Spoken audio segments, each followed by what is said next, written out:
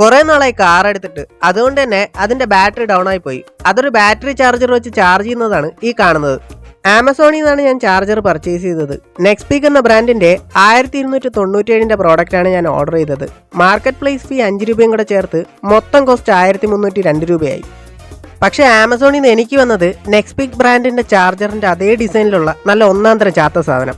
നെക്സ്പീക്കിന്റെ അതേ ഡിസൈനിലുള്ള ഒറിജിനൽ സാധനത്തിന് 10,000 രൂപയ്ക്ക് മേളിൽ റേറ്റ് വരും. ഞാൻ പിന്നീടാണ് അത് കണ്ടത്. ചാർജറിൽ അറ്റാച്ച് ചെയ്ത് 2 ക്ലിപ്പുകൾ വരും. അതിൽ ചുവപ്പ് പോസിറ്റീവും കറുപ്പ് നെഗറ്റീവുമാണ്. ഇതിന്റെ പ്ലഗ് വരുന്നത് 2 പിൻ പ്ലഗ് ആണ്. ചാർജറിന്റെ പിറകുവശം ഇതുപോലെ ഇരിക്കും. ചാർജറിന്റെ കൂടെ ഇതുപോലൊരു യൂസർ മാനുവൽ കൂടെ ഉണ്ടായിരുന്നു. ഞാൻ ചാർജറിന്റെ പോസിറ്റീവ് ക്ലിപ്പ് പോസിറ്റീവ് ടെർമിനലിലും നെഗറ്റീവ് ക്ലിപ്പ് നെഗറ്റീവ് ടെർമിനലിലും കണക്ട് ചെയ്തു. ക്ലിപ്പുകൾ രണ്ടും ബാറ്ററി കണക്ട് ചെയ്തപ്പോൾ ചാർജറിന്റെ ഡിസ്പ്ലേയിൽ റീഡിങ്സ് കാണിക്കാൻ തുടങ്ങി.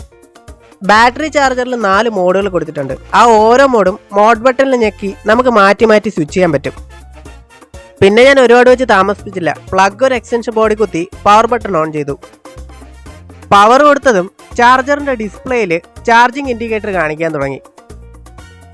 വന്നത് ചാത്ത സാധനമാണെങ്കിലും സംഗതി ഏറ്റിട്ടുണ്ട്. കുറച്ചു നേരം ചാർജ് ചെയ്യാൻ വെച്ചപ്പോഴേക്കും കാർ സ്റ്റാർട്ടായി. ഞാൻ ചാർജിന് ഇട്ടുകൊണ്ട് തന്നെ വണ്ടി സ്റ്റാർട്ട് ചെയ്ത് നോക്കി. അപ്പോൾ ബാറ്ററിയിലെ റീഡിങ്സ് കുറെ കൂടെ കയറിയതായിട്ട് കാണിച്ചു.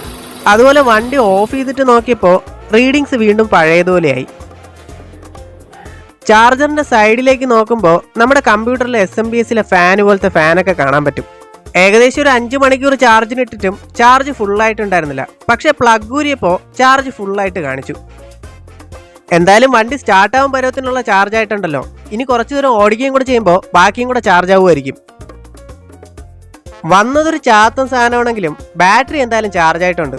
അതുകൊണ്ട് പ്രോഡക്റ്റ് റേറ്റിംഗ് 3 സ്റ്റാർ കൊടുത്തേക്കാം. ഈ പ്രോഡക്റ്റ് എന്തായാലും ഇപ്പോൾ ആമസോണിൽ അവൈലബിൾ ആണ്. വേർത്തിയായിട്ട് തോന്നുന്നവർക്ക് ആമസോണിൽ നിന്ന് പർച്ചേസ് ചെയ്യാം.